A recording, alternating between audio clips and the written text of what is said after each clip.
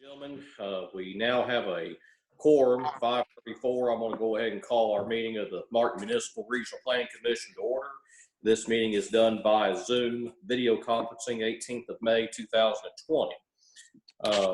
I would go ahead and have Mr. Brundage, if you'll determine our members and presence. If we're doing this by video conference, if you'll identify yourself, so Mr. Brundage can take stock of who's here. Now I will start. Bo Kemper, Chairman, and we have Larry Dameron joining me as well on the same call. Tricia Knapansky. Here. Sandy Melhorn. Here. Marvin Flatt. Here. And Randy Edwards. Yes, sir. All right, Chair determines quorum of 6 is present. We are duly convened. First item of business, you have in your packets that were delivered the meeting minutes from 27 January 2020. We haven't had a meeting in a little while, so I'll ask the members to go ahead and approve the minutes unless there are additions or corrections. I make a motion to approve the minutes. Second. Okay, that was moved by Ms. Kapansky, seconded by Alderman Edwards. Mr. Brundage, it's your pleasure. I'll defer to you to call the roll. Mr. Pemberton. Yes. Mr. Dameron. Yes. Mrs. Kapansky.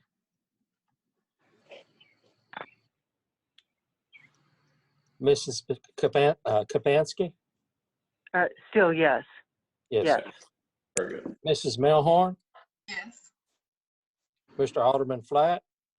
Yes. Mr. Randy Edwards, Alderman. Yes, sir. Unanimous approval of the minutes. They will be approved as presented. Next item. We have a site plan here from Mr. Chad McDaniel for a parcel of land in the municipal boundaries of Martin. This is for a subdivision, proposed subdivision, R2 district on the corner of Peach Street and Murphy Drive.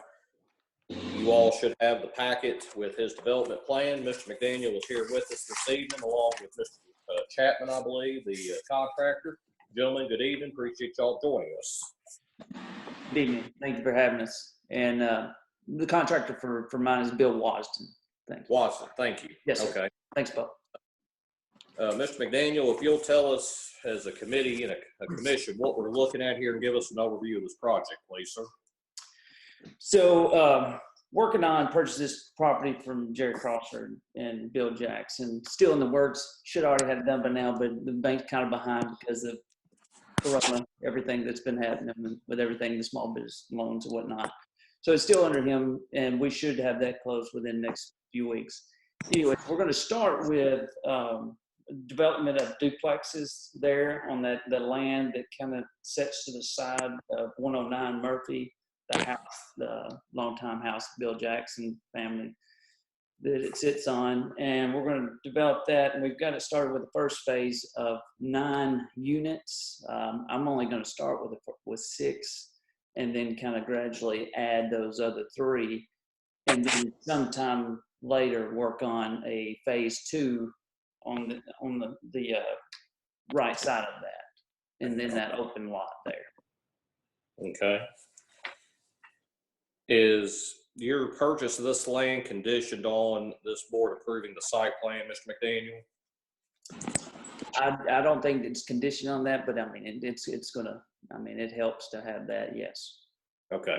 I know we've had in the past some projects come through that the sale is conditioned on rezoning, and I've always been quite candid to ask proponents of plans if this is a make or break part of their deal when it comes to developing property, particularly if you're going to have, millions of dollars tied up into it. Right. I don't think so, but it surely helps. Looks like we're calling for 9 units initially on this first phase of development. Yes. Duplexes, all of them duplexes, no triplexes. Yeah, all of them duplexes since it is R2. I wasn't going to go with trying to change zoning there.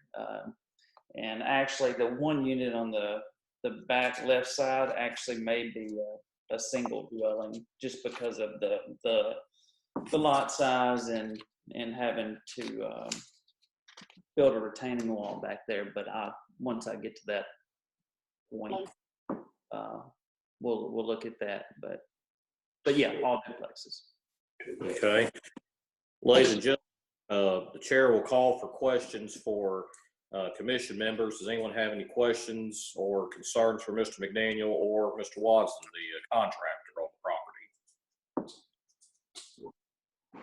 Yeah, you've got, of course, I know the picture on the front of the cover here is the duplexes, but in the drawing here, you got 6 parking places instead of a yard in front of each one. Yeah, so originally the engineers had it laid out where there was 2 and 2, but I told them to go ahead and make that all the way across. Since they're 3-bed, 2-bath, all of them, I'm going to need the 6 spaces, so we're going to do it all across the front with a 5-foot concrete walkway up to the residence. Okay. Yes. Other questions?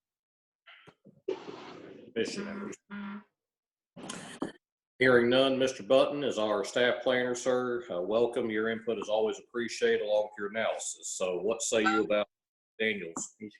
Oh, I'm sorry. Sorry, Sandy. Sorry. I just have one comment. It wasn't really a question. Just I wanted to point out on the grading sheet something he might want to fix. On the grading sheet C300, in the general grading and drainage, you've got on number 6, it's going to be up to the standards of the city of Paris. So you may want to make sure that gets changed to Martin. C300 is the sheet number. Yeah, there we go. Kind of hard to hear, but I think you said it says City of Paris on it, and I think the engineers are out of Paris, so, and the contractor actually. Thank you.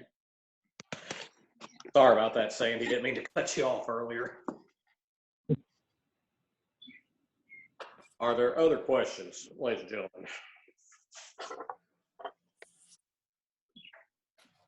Donnie, your input, sir, it's always appreciated. So what can you tell us about this project? Reviewing the plans, I couldn't find any concerns or issues except for the fact that it's in R2, and there is a provision of R2 that says that you can only have one principal structure on a lot. But the engineers for the project pointed out to me several instances where multiple structures have been built in R2 over the years. I did my own research. I found about 12 such properties. So as long as it's okay with everybody that they have these multiple structures on a lot, I don't see any problems with it. If that was an issue, then there were a lot of other issues would be brought into this. They'd have to subdivide into 9 lots, and the road would have to be dedicated as a public street and stuff like that. But as long as everybody's comfortable with these 9 duplexes being on one property, then to me, everything looks fine. Questions of Mr. Button from our commission members? Going once? Going twice? No questions? Okay.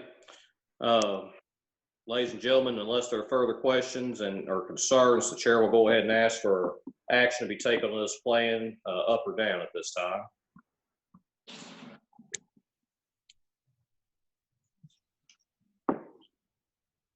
Mr. Edwards, Marvin. I would go ahead and move for approval. Second. Okay, we have a motion to approve the site plan by Mr. Flatt. We have a second by Mr. Dameron. Any discussion on this vote? Hearing none, Mr. Brundage, at your pleasure, sir, to call the roll. Chairman Penderman, Yes. Mr. Dameron, Yes. Mrs. Kapansky,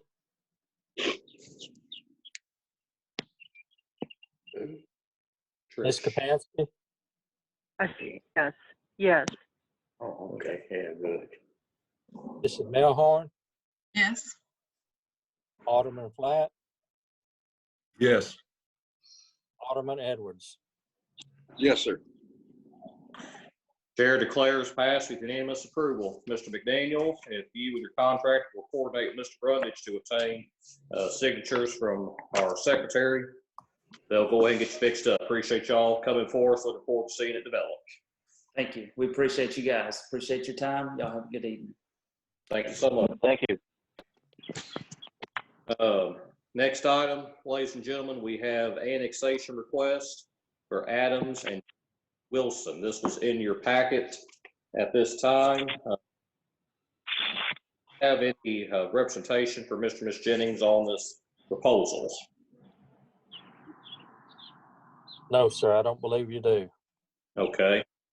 Ladies and gentlemen, it appears that Mr. and Ms. Jennings are asking for the annexation of their property. This is at the end of Doe Drive, which is right off of Old Fulton Road, over by one of the Marvin Alexander subdivisions on Collins Drive. This appears to be up in the same neighborhood as the old Phil and Cindy Manus property, where Phil and Cindy Manus built their house several years ago and later sold it. It appears they're asking for this piece of property to be annexed. Appears we have a plan of services that are in place and proposed. We don't have representation. Mr. Button, I'll defer to you for your analysis on this annexation request. I believe Jennings is a first name. It's Adam and Jennings Wilson, just FYI. Okay. So this is just one property. It's adjacent to the city limits. It's in this subdivision, but it's not in the city right now. It's on the city street on Doe Drive. It has access to water and sewer, and they've requested to be annexed.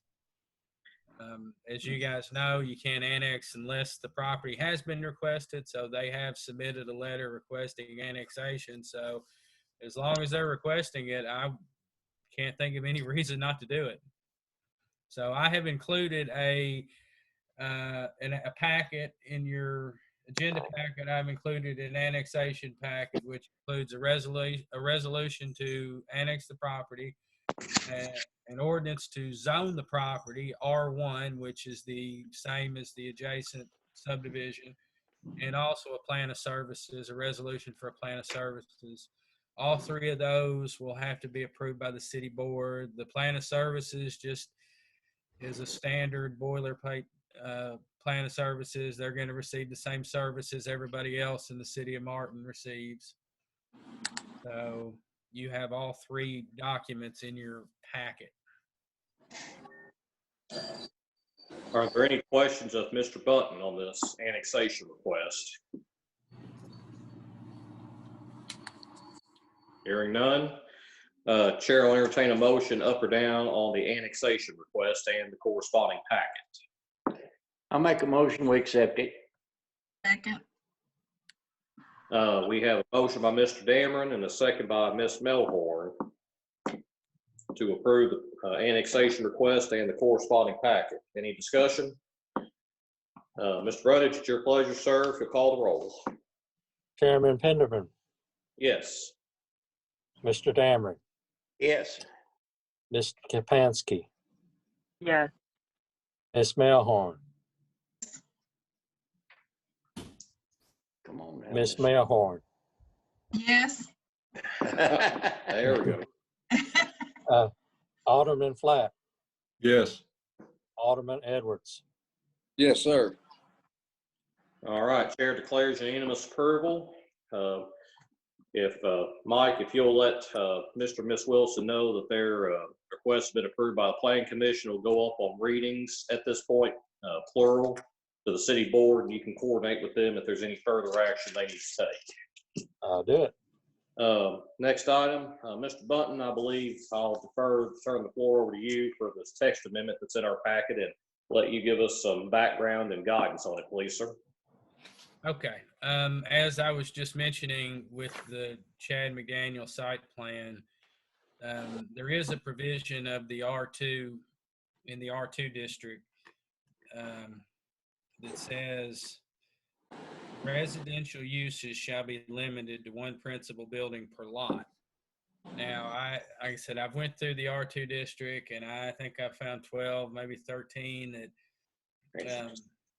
properties where there's more than one principal building on a lot that's zoned R2. There's a few that it's clear that they were not grandfathered in. That, I mean, one of them was the buildings were built in 2014, and I don't think we ever saw a site plan, and I certainly don't remember it. I can say that much, and I was the planner then. Some are going back to maybe the 90s. I mean, there's some I think were probably maybe even grandfathered in, maybe preceding zoning. Probably most of them aren't. But talked with Mike and with Bo about maybe proposing an amendment that would change that provision and would make all these properties compliant, and it would make what Mr. McDaniel was proposing to do compliant as well. And so what my text amendment would do, it would change the wording from saying residential uses shall be limited to one principal building per lot to saying single family dwelling uses shall be limited to one principal building per lot. And that's the wording, that's the exact wording that we have in the R3 district, where if you're doing a single family dwelling, it has to be one per lot, but any other use, you can have more than one residential use on a lot. Now, let me ask a question for the benefit of the commission. If we change this, is there going to be a lot more available land to where this is going to be necessarily an issue going forward, or are we running short on the R2 type of land that this would apply to? Sorry, I didn't really take a survey of that. I mean, I'm not sure how much vacant R2 land there is right now. In your opinion, this would be a low impact text amendment though, correct? We're not looking. I would think so. You would probably have, it seems like we get fairly often, we get somebody buying R2 property and wanting to rezone it R3. We'd probably have less of that. But sometimes they request that because you can have more, your density can be higher. So I'm not certain if that's why they asked for the rezoning or not. I'm sorry, was Ms. Kapansky, were you going to ask a question? Oh, yes, Donnie. Did you say at the beginning of your conversation, did you say that there are there more than, so there's more than one primary structure on a property right now? Is that what you said? Yeah, there's about 12 of them that I found. Now, Okay. the engineer from Paris was telling me there was 20. I could not find 20, but I did find about 12. Okay. And there's one just right there within a few hundred yards of where Mr. McDaniel is proposing to do his development. All right. Raven Street, I believe, but and those were built in 2014. So there's a few of them around. Like I said, it's hard. I was looking on property data, and some of them I can kind of gauge, when they were built. Some of them I can't. So it's hard to tell exactly how many are non-conforming and grandfathered, and how many were just done out of control. But I know there's probably at least 5 of them that were probably done since this provision's been in place, I would guess. Are there other questions, ladies and gentlemen, of Mr. Bunt regarding the text amendment?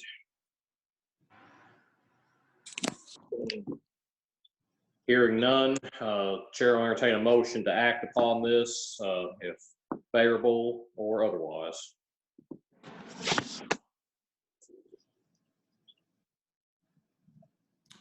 I make a motion that we move forward.